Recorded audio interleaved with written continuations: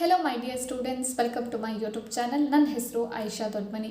ಇವತ್ತಿನ ಈ ವಿಡಿಯೋದಲ್ಲಿ ನಾವು ನಿಮ್ಮ ವಾರ್ಷಿಕ ಪರೀಕ್ಷೆಯಲ್ಲಿ ಡೆಫಿನೆಟ್ ಆಗಿ ಕೇಳುವಂತಹ ಒಂದು ವೃತ್ತದ ಪ್ರಮೇಯವನ್ನು ನೋಡೋಣ. ಬನ್ನಿ ವಿಡಿಯೋನ ಸಾಲ್ವ್ ಮಾಡೋಣ. ಯಾವುದಪ್ಪ ಅಂತ ಕೇಳಿದ್ರೆ, ಬಾಹ್ಯ ಬಿಂದುವಿನಿಂದ ವೃತ್ತಕ್ಕೆ ಎಳೆದ ಸ್ಪರ್ಶಕಗಳ ಉದ್ದಗಳು ಸಮ ಅಂತ ಹೇಳಿ ಇದಕ್ಕೊಂದು ವೃತ್ತ ಬೇಕಾಗತ್ತೆ. ಸೊ ಅದನ್ನು ಫಸ್ಟು ಡ್ರಾ ಮಾಡ್ಕೊಳ್ಳೋಣ.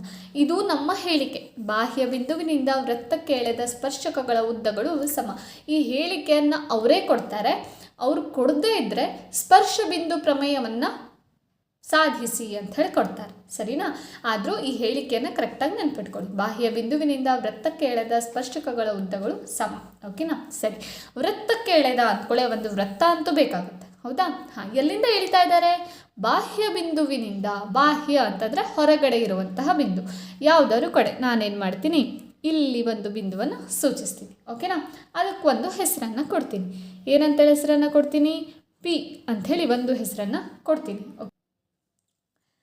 ಬಾಹ್ಯ ಬಿಂದುವಿನಿಂದ ವೃತ್ತಕ್ಕೆ ಎಳೆದ ಸ್ಪರ್ಶಕವನ್ನು ಎಳಿಬೇಕು. ಸ್ಪರ್ಶಕ ಅಂದರೆ ಈ ಬಿಂದುವಿನಿಂದ ವೃತ್ತವನ್ನು ಸ್ಪರ್ಶ ಮಾಡ್ಕೊಂಡು ಒಂದು ಲೈನ್ ಹೋಗುತ್ತೆ. ಜಸ್ಟ್ ಟಚ್ ಮಾಡ್ಕೊಂಡು ಒಂದು ಲೈನ್ ಹೋಗುತ್ತೆ. ಅದನ್ನು ಏನಂತ ಕರಿತೀವಿ? ಸ್ಪರ್ಶಕ ಅಂತ ಹೇಳಿ ಕರಿತೀವಿ. ಬಾಹ್ಯ ಬಿಂದುವಿನಿಂದ ನಾವು ವೃತ್ತಕ್ಕೆ ಎಷ್ಟು ಸ್ಪರ್ಶಕವನ್ನು ಎಳಿಬಹುದು? 2 ಸ್ಪರ್ಶಕವನ್ನು ಎಳಿಬಹುದು. ಓಕೆನಾ? ಸರಿ, ಇಲ್ಲಿ ನೋಡ್ರಿ, 2 ಸ್ಪರ್ಶಕವನ್ನು ನಾನೇನು ಮಾಡಿದ್ದೀನಿ? ಎಳೆದಿದ್ದೀನಿ. ಓಕೆನಾ? ಸರಿ, ಈ ವೃತ್ತ ಇದೆ ಅಂದಮೇಲೆ ಇಲ್ಲಿ ಒಂದು ಮಧ್ಯ ಬಿಂದು ಅಂತ ಹೇಳಿರುತ್ತೆ. ಅದನ್ನು ನಾನು ಓ ಅಕ್ಷರದಿಂದ ಸೂಚಿಸ್ತೀನಿ. ಓಕೆನಾ? ಪಿ ಅನ್ನೋದು ಬಾಹ್ಯ ಬಿಂದು. ಈ ಪಿ ಅನ್ನೋದು ವೃತ್ತವನ್ನು 2 ಬಿಂದುಗಳಲ್ಲಿ ಸ್ಪರ್ಶಿಸ್ತಾ ಇದೆ. ಒಂದು ಬಿಂದುವಿಗೆ ನಾನು ಕ್ಯೂ ಅಂತೇಳಿ ಹೆಸರು ಕೊಡ್ತೀನಿ, ಎರಡನೇ ಬಿಂದುವಿಗೆ ನಾನು ಆರ್ ಅಂತೇಳಿ ಹೆಸರು ಕೊಡ್ತೀನಿ. ಓಕೆನಾ? ಸರಿ, ಈಗ ನೆಕ್ಸ್ಟು ಏನು ಬರೆಯೋದು? ಇದು ಹೇಳಿಕೆ, ಇದು ಚಿತ್ರ. ಅದಾದ ಮೇಲೆ ಏನು ಮಾಡಬೇಕು? ದತ್ತವನ್ನು ಬರೀಬೇಕು. ದತ್ತ ಅಂದರೆ ನಮಗೆ ಅವರು ಏನನ್ನು ಕೊಟ್ಟಿದ್ದಾರೋ ಅದನ್ನು ಬರೆಯುವಂಥದ್ದು. ಓಕೆ, ಸರಿ, ನೋಡ್ರಿ, ವೃತ್ತ ಅಂಥೇಳಿ ಅವರೇ ಕೊಟ್ಟಿದ್ದಾರಲ್ವಾ? ಸೊ ನಾವು ಅದನ್ನು ಬರಿಬೇಕು. ಏನು? ಓ ಒಂದು ವೃತ್ತ ಕೇಂದ್ರ. ಓ ಕೇಂದ್ರವಿರುವ ಒಂದು ವೃತ್ತ ಅಂತಲೂ ಬರಿಬೋದು, ಅಥವಾ ಓ ಒಂದು ವೃತ್ತ ಕೇಂದ್ರ ಅಂತಲೂ ಬರಿಬೋದು. ಆಯಿತಾ? ಇದಾದ ಮೇಲೆ ನಾವೇನು ಡ್ರಾ ಮಾಡಿದ್ವಿ? ಇಲ್ಲಿ ಪಿ ಅನ್ನೋದು ಬಾಹ್ಯ ಬಿಂದು ಅಂತ ಹೇಳಿ ಡ್ರಾ ಮಾಡಲಿಲ್ವಾ? ಅದನ್ನು ಬರೀರಿ. ಪಿ ಬಾಹ್ಯ ಬಿಂದು. ಪಿ ಬಾಹ್ಯ ಬಿಂದು. ಆಯಿತಾ? ಅದಾದಮೇಲೆ ಏನು ಡ್ರಾ ಮಾಡಿದ್ವಿ ಹೇಳ್ರಿ? ಪಿ ಕ್ಯೂ ಮತ್ತು ಪಿ ಆರ್ ಏನಂತ ಹೇಳಿ ಡ್ರಾ ಮಾಡಿದ್ವಿ? ಸ್ಪರ್ಶಕಗಳು ಅಂಥೇಳಿ ಡ್ರಾ ಮಾಡಿದ್ವಿ. ಅದನ್ನು ಬರೀರಿ. ಪಿ ಕ್ಯೂ ಮತ್ತು ಪಿ ಆರ್ಗಳು ಸ್ಪರ್ಶಕಗಳಾಗಿವೆ. ಆಯಿತಾ? ಇಷ್ಟನ್ನು ಬರೆದ್ರೆ ನಿಮ್ಮ ದತ್ತ ಮುಗೀತು. ಅಂದರೆ ಈ ಹೇಳಿಕೆಯನ್ನು ತಗೊಂಡು ನೀವು ಚಿತ್ರದಲ್ಲಿ ಏನೇನು ಬಿಡಿಸಿದ್ದೀರಾ ಅಂಥೇಳಿ ಬರೆದ್ರಾಯ್ತು. ಓ ವೃತ್ತ ಕೇಂದ್ರ ಅಂತೇಳಿ ಹಾಕಿದ್ದೀರಾ, ಪಿ ಬಾಹ್ಯ ಬಿಂದು ಬಿಡಿಸಿದ್ದೀರಾ, ಆ ಬಾಹ್ಯ ಬಿಂದುವಿನಿಂದ ಏನು ಮಾಡ್ತಾ ಇದ್ದೀವಿ? ಸ್ಪರ್ಶಕವನ್ನು ಬರೆದಿದ್ವಿ. ಇದಿಷ್ಟನ್ನು ದತ್ತದಲ್ಲಿ ಬರೆದಾಯಿತು. ಇನ್ನು ಸಾಧನೀಯ ಯಾವುದಪ್ಪ? ಸಾಧನೀಯ ಅಂದರೆ ನಾವೇನನ್ನು ಸಾಧನೆ ಮಾಡಬೇಕು ಅನ್ನುವಂಥದ್ದು. ಓಕೆನಾ? ಲಾಸ್ಟ್ ಲೈನಲ್ಲಿ ಇರುತ್ತೆ ಅಂತೇಳಿ ಹೇಳಿದ್ದೆ. ಒಂದೇ ಲೈನ್ ಕಾಣಿಸ್ತಾ ಇದೆಯಲ್ಲ, ಬಾಹ್ಯ ಬಿಂದುವಿನಿಂದ ವೃತ್ತಕ್ಕೆ ಎಳೆದ ಸ್ಪರ್ಶಕಗಳು, ಅದು ನಮ್ಮ ದತ್ತ. ಸ್ಪರ್ಶಕಗಳ ಉದ್ದಗಳು ಸಮ ಅಂತೇಳಿ ಹೇಳಿದಾರಲ್ಲ, ಅದು ನಮ್ಮ ಸಾಧನೀಯ. ಸ್ಪರ್ಶಕಗಳು ಯಾವ್ಯಾವುದಪ್ಪ? ಪಿ ಕ್ಯೂ ಮತ್ತು ಪಿ ಆರ್.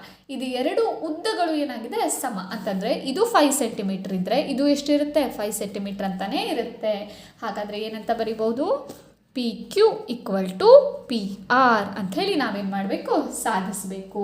ಈ ಸಾಧನೆ ಮಾಡಬೇಕು ಅಂತಂದರೆ ನಮಗೆ 2 ತ್ರಿಭುಜಗಳು ಬೇಕಾಗುತ್ತೆ. ಈ ವೃತ್ತದಲ್ಲಿ ಎಲ್ಲಾದರೂ ತ್ರಿಭುಜಗಳು ಕಾಣಿಸ್ತಾ ಇದೆಯಾ ನಿಮಗೆ? ಇಲ್ಲ. ಹಾಗಾದರೆ ತ್ರಿಭುಜಗಳನ್ನು ಬಿಡಿಸ್ಕೊಳ್ಳೋಣ ಫಸ್ಟು. ಹಾಂ, ಏನು ಮಾಡಬೇಕು ಅಂತ ಕೇಳಿದ್ರೆ, ತ್ರಿಭುಜಗಳನ್ನು ಬಿಡಿಸ್ಲಿಕ್ಕೆ ಫಸ್ಟ್ ನಾನೇನು ಮಾಡ್ತೀನಿ? ಓ ಕ್ಯೂ ಅನ್ನು ಸೇರಿಸ್ತೀನಿ. ಅದಾದಮೇಲೆ ಏನು ಮಾಡ್ತೀನಿ? ಓ ಆರ್ ಅನ್ನು ಸೇರಿಸ್ತೀನಿ. ಈಗ ತ್ರಿಭುಜ ಸಿಗ್ತಾ? ಇಲ್ಲ, ಈಗೂ ಸಿಕ್ಕಿಲ್ಲ ನಮಗೆ ತ್ರಿಭುಜ. ಆವಾಗ ಏನು ಮಾಡಬೇಕು? ಓ ಪಿ ಅನ್ನು ಏನು ಮಾಡಬೇಕು? ಸೇರಿಸ್ಬೇಕು. ಈಗ ನೋಡ್ರಿ, ನಮಗೇನಾಗುತ್ತೆ? ತ್ರಿಭುಜಗಳು ಸಿಗುತ್ತೆ. ಇಲ್ಲೊಂದು ತ್ರಿಭುಜ ಸಿಕ್ತು, ಇಲ್ಲೊಂದು ತ್ರಿಭುಜ ಸಿಕ್ತಲ್ವಾ? ಹಾಂ, ಆದರೆ ಇಲ್ಲೊಂದು ರಚನೆಯನ್ನು ಮಾಡಿದ್ದೀವಿ. ಆ ರಚನೆಯನ್ನು ಇಲ್ಲಿ ನಾವೇನು ಮಾಡಬೇಕು? ಬರಿಬೇಕು. ಏನಿದೆ ಆ ರಚನೆಯಲ್ಲಿ? ಏನನ್ನು ಸೇರಿಸಿದ್ದೀರಿ ಅದಷ್ಟನ್ನು ಬರೀರಿ. ಓ ಕ್ಯೂ, ಓ ಆರ್ ಮತ್ತು ಒ ಪಿಯನ್ನು ಸೇರಿಸಿದೆ. ಒ ಪಿಯನ್ನು ಸೇರಿಸಿದೆ ಅಂಥೇಳಿ ಬರಿಬೇಕು. ಓಕೆನಾ? ಇಷ್ಟು ಬರೆದಾದ ಮೇಲೆ ಇದಾದಮೇಲೆ ಏನು ಮಾಡಬೇಕು? ಸಾಧನೆ ಮಾಡಬೇಕು ಅಂದರೆ ಹೇಳಿದ್ದೆ ಅಲ್ವಾ, 2 ತ್ರಿಭುಜಗಳು ಬೇಕು. ನಮಗೆ ಸಿಕ್ಕಿರುವಂಥ ತ್ರಿಭುಜಗಳು ಯಾವ್ಯಾವುದು ಹೇಳ್ರಿ? O Q P, O R P 2 ತ್ರಿಭುಜಗಳು ಸಿಕ್ತಾ? ಅದನ್ನೇ ಬರೆಯುವ. ತ್ರಿಭುಜ O Q P ಮತ್ತು ತ್ರಿಭುಜ O R Pಗಳಲ್ಲಿ, OQP ಮತ್ತು ORPಗಳಲ್ಲಿ ಅಂಥೇಳಿ. ಓಕೆ, ಇಲ್ಲಿ ನೋಡ್ರಿ, ಇದು ಒಂದು ವೃತ್ತ, ಇದನ್ನು ಬಿಟ್ಬಿಡ್ರಿ ಈಗ. ಓಕೆ, ಹಾಂ, ಇದು ಒಂದು ವೃತ್ತ ಅಲ್ವಾ? ಈ ವೃತ್ತದಲ್ಲಿ OR ಮತ್ತು OQ 2 ತ್ರಿಜ್ಯಗಳಲ್ವಾ? ವೃತ್ತದಲ್ಲಿರುವಂಥ ತ್ರಿಜ್ಯಗಳು 2 ಏನಾಗಿರುತ್ತೆ? ಸಮನಾಗಿರುತ್ತಲ್ವಾ? ಹಾಗಾದರೆ ನಾವೇನಂತ ಬರಿಬಹುದು ಇದರಲ್ಲಿ? OQ = OR. ಯಾಕೆ? ಒಂದೇ ವೃತ್ತದ ತ್ರಿಜ್ಯಗಳು. ರೀಸನ್ನ ಡೆಫಿನೆಟ್ಲಿ ಬರೀಲೇಬೇಕು, ಇಲ್ಲಾಂದರೆ ಮಾರ್ಕ್ಸ್ ಕಟ್ ಆಗುತ್ತೆ. ಓಕೆನಾ? ಒಂದೇ ವೃತ್ತದ ತ್ರಿಜ್ಯಗಳು ಅಂಥೇಳಿ ಬರಿಬೋದು. ಓಕೆನಾ? ಇದು ಈಗ ನೆಕ್ಸ್ಟು ಇಲ್ಲಿ ನೋಡ್ರಿ, OQ ಮತ್ತು OR ಸಮ ಅಂಥೇಳಿ ಬರೆದ್ವಿ. ಅದಾದ ಮೇಲೆ ಇಲ್ಲಿ ನೋಡ್ರಿ, OP ಅನ್ನೋದು OQP ತ್ರಿಭುಜದಲ್ಲೂ ಇದೆ, ORP ತ್ರಿಭುಜದಲ್ಲೂ ಇದೆ. ಹಾಗಾದರೆ OP ಉಭಯ ಸಾಮಾನ್ಯ ಅಂಥೇಳಿ ಬರಿಬೋದಾ ನಾವು? ಹಾಗಾದರೆ ಏನಂತ ಬರೀತೀನಿ ನಾನಿಲ್ಲಿ? OP = OP, ಯಾಕಂದರೆ ಉಭಯ ಸಾಮಾನ್ಯ ಬಾಹು. ಉಭಯ ಸಾಮಾನ್ಯ ಅಂತಲೂ ಬರಿಬೋದು ಅಥವಾ ಸಾಮಾನ್ಯ ಬಾಹು ಅಂತಲೂ ಬರಿಬೋದು, ಅದು ನಿಮ್ಮ ಇಷ್ಟ. ಉಭಯ ಸಾಮಾನ್ಯ ಬಾಹು ಅಂಥೇಳಿ ಬರಿತೀನಿ. ಈಗ ನೋಡ್ಕೊಳ್ರಿ, ಏನು ಗೊತ್ತಾ, ಇಲ್ಲಿ OQP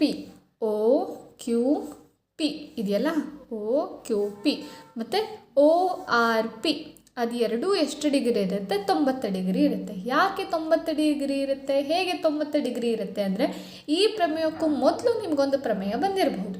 ಆ ಪ್ರಮೇಯದ ಪ್ರಕಾರ ವೃತ್ತದ ಮೇಲಿನ ಯಾವುದೇ ಒಂದು ಬಿಂದುವಿನಲ್ಲಿ ಎಳೆದ ಸ್ಪರ್ಶಕವು, ಈ ವೃತ್ತ ಇದೆಯಲ್ಲ, ಆ ವೃತ್ತದ ಮೇಲಿನ ಯಾವುದೇ ಒಂದು ಬಿಂದುವಿನಲ್ಲಿ ಸ್ಪರ್ಶಕವನ್ನು ಎಳೀರಿ ನೀವು, ಇಲ್ಲಾಗಲಿ. ಓಕೆನಾ? ಆ ಸ್ಪರ್ಶಕ ಏನು ಮಾಡುತ್ತೆ? ಈ ಸ್ಪರ್ಶ ಬಿಂದು ಇದೆಯಲ್ಲ, ಇಲ್ಲೊಂದು ಬಿಂದು ಇರುತ್ತಲ್ಲ, ಅದು ಸ್ಪರ್ಶ ಬಿಂದು. ಈ ಸ್ಪರ್ಶ ಬಿಂದುವಿನಲ್ಲಿ ಏನು ಮಾಡುತ್ತೆ ಅಂತ ಕೇಳಿದ್ರೆ, ಇಲ್ಲಿ ಒಂದು ತ್ರಿಜ್ಯವನ್ನು ಎಳಿತೀವಲ್ಲ, ಈ ತ್ರಿಜ್ಯಕ್ಕೆ ಮತ್ತು ಈ ಸ್ಪರ್ಶಕಕ್ಕೆ 90 ಡಿಗ್ರಿ ಕೋನವನ್ನು ಉಂಟು ಮಾಡುತ್ತೆ. ಇದನ್ನು ಇದಕ್ಕೂ ಮುಂಚೆ ಒಂದು ಪ್ರಮೇಯ ಬರುತ್ತೆ, ಆ ಪ್ರಮೇಯದಲ್ಲಿ ನೀವು ಕಲ್ತಿರ್ತೀರಿ. ಓಕೆನಾ? ಹಾಗಾದರೆ ನಾವೇನಂತ ಬರಿಬೋದು? ಇದೇನು ಮಾಡುತ್ತೆ ಗೊತ್ತಾ? ಈ ತ್ರಿಜ್ಯ ಮತ್ತು ಈ ಸ್ಪರ್ಶಕಕ್ಕೆ 90 ಡಿಗ್ರಿ ಕೋನವನ್ನು ಉಂಟು ಮಾಡ್ತಾ ಇದೆ. ಇಲ್ಲೂ 90 ಡಿಗ್ರಿ ಇದೆ, ಇಲ್ಲೂ 90 ಡಿಗ್ರಿ. ಹಾಗೆ 90 ಇದೆ ಅಂತ ಅಂದಮೇಲೆ ನಾವು ಎರಡನ್ನೂ ಸಮ ಅಂತ ಹೇಳಿ ಬರಿಬೋದಲ್ಲ. ಹಾಗಾದರೆ ನಾನೇನು ಮಾಡ್ತೀನಿ? ಕೋನ OQP = ಕೋನ ORP. ಯಾಕೆ ಹೇಳ್ರಿ? ನೀವು ಆ ಪ್ರಮೇಯದ ಹೇಳಿಕೆಯನ್ನು ಬರಿಬೇಕಾಗತ್ತೆ. ಹೇಳಿಕೆ ಏನು ಹೇಳ್ತಾ ಇದ್ದಾರೆ ನೋಡ್ರಿ, ಅಲ್ಲಿ ಹೇಳಿಕೆ ಏನು ಹೇಳ್ತಾ ಇದ್ದಾರೆ? ವೃತ್ತದ ಮೇಲಿನ ಯಾವುದೇ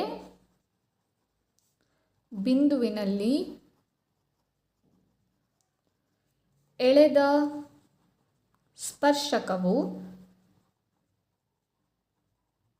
ಸ್ಪರ್ಶ ಬಿಂದುವಿನಲ್ಲಿ